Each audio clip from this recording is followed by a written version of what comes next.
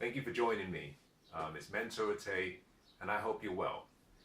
Let me talk to you about a few simple ways through which you can start to maximize and get the best out of your life, but more importantly, your time. Because you see, time is life. And one of the things we all have to learn how to do is how to maximize our time. Now, my first question, just before I get started, my first question to you would be, how much of your time, or do you spend any of your time on what I would call minimum wage activities, or activities that perhaps could be done by other people? Now, let me qualify that and clarify what I mean. I'm dealing with your personal life right now. I'm not talking about work. I'm not talking about business. I'm talking about personal life. A minimum wage activity describes any form of activity or any task that someone can do on your behalf, and for that you can compensate them based on the minimum wage. The minimum wage in any society is the lowest that you can legally pay someone to work. So my question again is, are there activities in your life? Are there things you do on a daily basis, on a weekly basis, on a monthly basis, or perhaps on a yearly basis that could be considered as minimum wage activities? Now, this is important. It's very important. Most of us would be answering yes to that question. Now, you may be, you may not. But think about that question carefully. And let me give you some examples of some activities. Your administrative tasks, personal administrative tasks, such as maybe your bookkeeping. Do you do that yourself? Are you spending all of your time trying to track down every single penny you spend? There are other activities you do in your personal life, such as your chores. Do you do your laundry yourself? Do you do your cleaning of the house yourself? Do you do your cooking yourself? Now, I've got to be careful here. And also you have to be quite sensitive right now in what I'm saying and also sharing.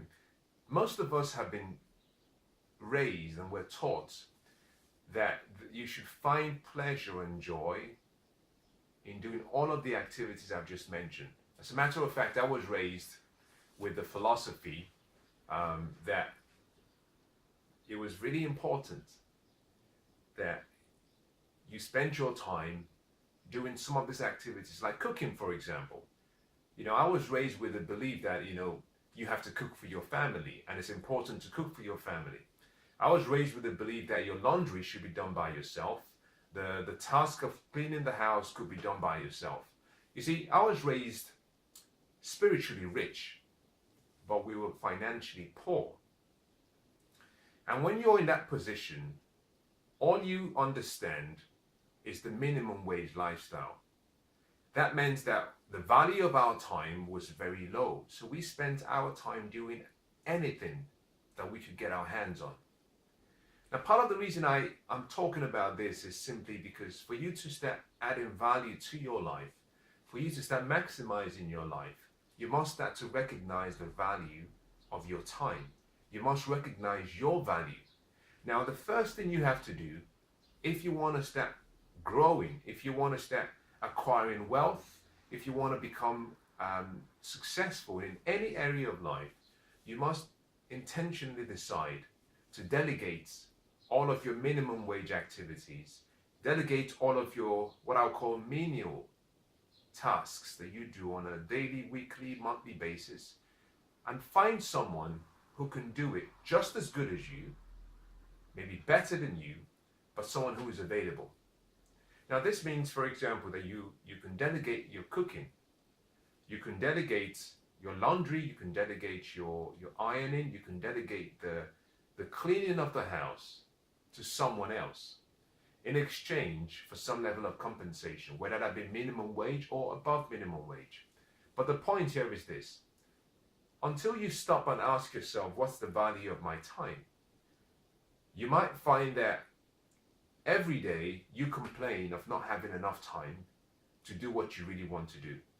And you could be spending your time doing things that I would call distractions, and doing things that are not really necessary, but also doing things that other people can do much better than you can, but also can do it quicker than you can for much less money. So what I want you to do for me is start by asking yourself this question: what's the value of my time? I'm not talking about what you're paid. You've got to understand there's a difference between what you're paid for a salary, or what you earn as for an income, or what you earn maybe as a business person. There is a difference between what you're paid and what you believe you're worth. You see, other people would always decide the value you provide to them if you're selling a service or a product. Other people get to decide how valuable you are to them. But on the other hand, you have to know what your true value is. Now, part of the reason you delegate everything that you can is simply because you're going to be using that time to increase your value. Now, I talk about this in some detail in one of my books. The book is called The Good Life. Apologies for the commercial plug, but I think it's worth reading, because in the book I talk about the power of leverage and the importance of leverage. I explain in the book that leverage in today's times, leverage is the new currency. Leverage is simply a multiplier. Your ability to do more with less. Your ability to use your wisdom, your time, other people's resources, your ability to use other people's money, your ability to use other people's intelligence to get what you want, but doing it in such a way that both parties are mutually in agreement on what you want to achieve. Now, we all use leverage. Everyone uses leverage. If you travel to work by any means other than private travel, if you travel by public transportation, then you use leverage, because there's someone driving the train, there's someone driving the bus or the car, there's someone driving perhaps the plane that you're traveling with. However you travel by, there's someone who is doing some work for you, and all you do is sit back and relax. If you eat in a restaurant, that is using leverage. Everything we do, if you have kids and you send them to school, that is using leverage. That is simply deciding that someone else will get to train your child. You compensate them every month, and that would give you the free time to go do what you want to do. This means you don't have to invest all of your time trying to teach your kids, which would mean you'd have to study everything, all the subjects, to be able to teach them. So we all use leverage. But we have to extend the use of leverage into our personal lives, and particularly in our domestic affairs. So one of the things I want you to do is take a piece of paper and take a pen and make a list of all the domestic chores you do. Everything you do on a weekly, daily, monthly basis, just identify all of them. All of them. Now, once you've written everything out, the second step is for you to identify which of those items can be delegated. Now, you've got to be careful whilst doing this, because the natural thing is for you to become emotional. For example, cooking. I know for most families, it's a very special experience and moment. A mother likes to feel that she's providing the necessary nurturing and care by cooking for the family. A father perhaps does the same thing. He might decide, or he might feel that he has to do the cooking for the family, because that is his responsibility. Now, I'm going to say something that is that will not go down as nicely as you might expect. But this is my view. Now, I'm very opinionated. If you've heard me teach, I believe in what I think I know. I share it. I don't claim it to be the absolute truth, but I'm learning every day. And every day as I learn, if there's something that I said the day before and I find out the next day that is incorrect, I'm excited. You see, because every day you go by that you don't grow, you haven't learned something. And anyone who believes that they haven't made any mistakes are not really living life. So I love the whole excitement of sharing my passion, my level of understanding, sharing my persuasions and sharing my beliefs and philosophies, not because I think it's the absolute truth, no, because it puts me in a position whereby I can grow. It means that my beliefs can be challenged, but also it means it's outside the dark. So I believe in what I share, and I'm going to say a few things that you may disagree with me. If you disagree, by all means, let me know why you disagree. Send me a comment, send me some notification, but don't send me a notification emotively. Send me your thoughts from a creative point of view. This is not a debate. We're not trying to prove each other wrong. I just want to know what you think and maybe why you disagree with what I've shared. The purpose of a father and a mother, starts by, and this is towards the children, is not to cook for them. The purpose of a father and a mother is simply to create the right environment where the greatness in that child can flourish. And that covers various aspects. That will be from protection to provision to promotion to nurturing to guidance to listening. So there are various aspects. There are certain things that cannot be done by a parent. And there are certain things that can be done by a parent. Now I'll spin that in a different way. There are certain things that a parent will not want to delegate to others, but also there are certain things that a parent can delegate to others. Now I'll give you a good example, and I'll use myself as a reference point. Within my administrative and my routine tasks, chores at home, I have items such as maybe bookkeeping. I have items like maybe cleaning the house, my laundry, cooking. Now you see all of these items I've mentioned. Now, grocery shopping, all of these items I've mentioned, I don't enjoy doing it. Now, you might say, well, I do. That's fine, that's okay. But let me just stay with me. You understand what I'm trying to say. I don't enjoy doing all of these. Now, if you're a parent, you have responsibilities, just like you have your domestic responsibilities. But if you're a parent, then one of the things you might have under your responsibilities, now you may not be a parent, you could just be married, you could have a partner, you can have a spouse, but one of your responsibilities might be to love on your children or your spouse or your partner, your husband or your wife, to provide for them in terms of spiritual support, mental support, emotional support, and even physical support, being there present, to listen to them. Now, this is my view. You cannot get someone else to love on your wife or your husband or your children or your parents on your behalf. That's something that you're responsible for. That cannot be delegated. You cannot delegate to others the listening, the being present, the sharing of your thoughts. You cannot do that. You cannot also delegate to someone completely the responsibility for guiding that child in the path that they should grow. You cannot be there, delegate to someone for them to take the responsibility of being the provider of the family, the sustainer of the family. What you can do, however, you can delegate the cleaning, you can delegate the washing, you can delegate the grocery shopping. Now, these little items are items that you might enjoy doing, but they're not really essential. If you put it in perspective compared to the really essential items, which is you providing, protecting, nurturing, loving, you're looking at two very opposite sides of a coin.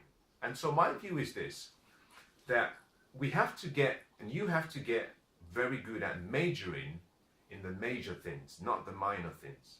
You see, of everything you do every day, usually only about 20 or 30% of the activities you do will contribute between 80 and 90% of the value of the day, usually. And so it's important you study that 20 or 30% and focus all of your energy in that area. And everything else, if you can delegate it, you can delegate it. So my view is this.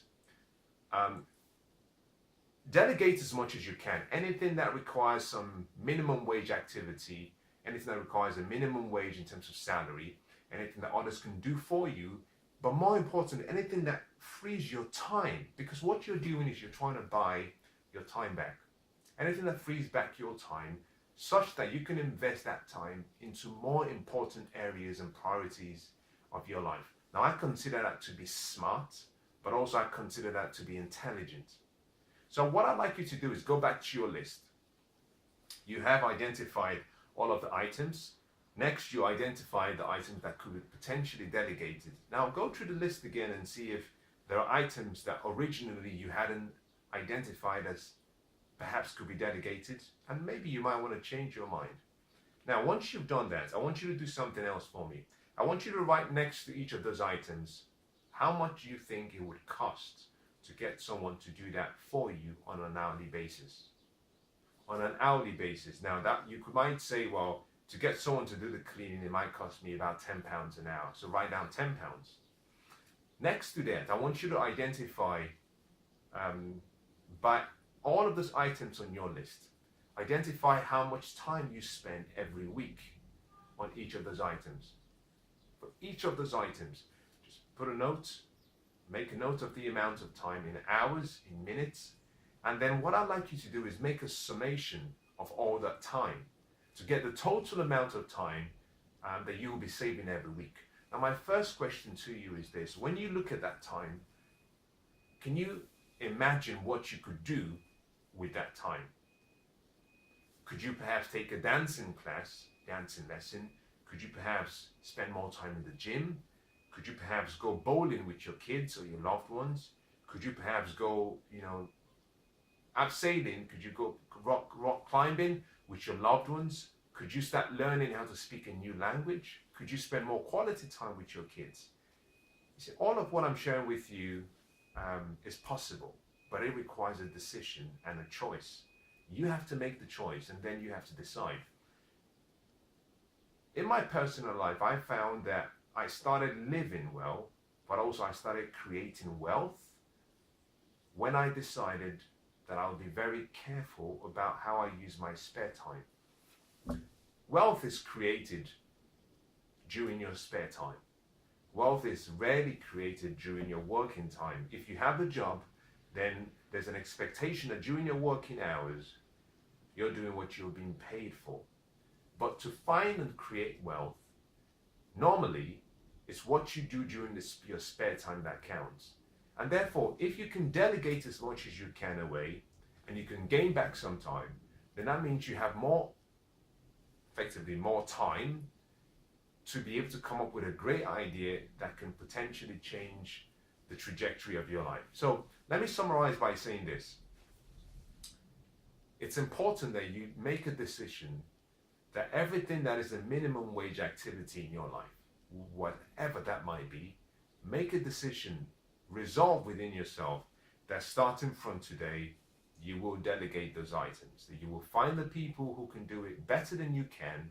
You will be sincere enough to identify and communicate the vision and the outcomes that you expect, and then you will step back and let them do what they do well. And whilst they're doing those activities, you will reinvest the time you've saved into more meaningful and happy events that can change the quality of your life.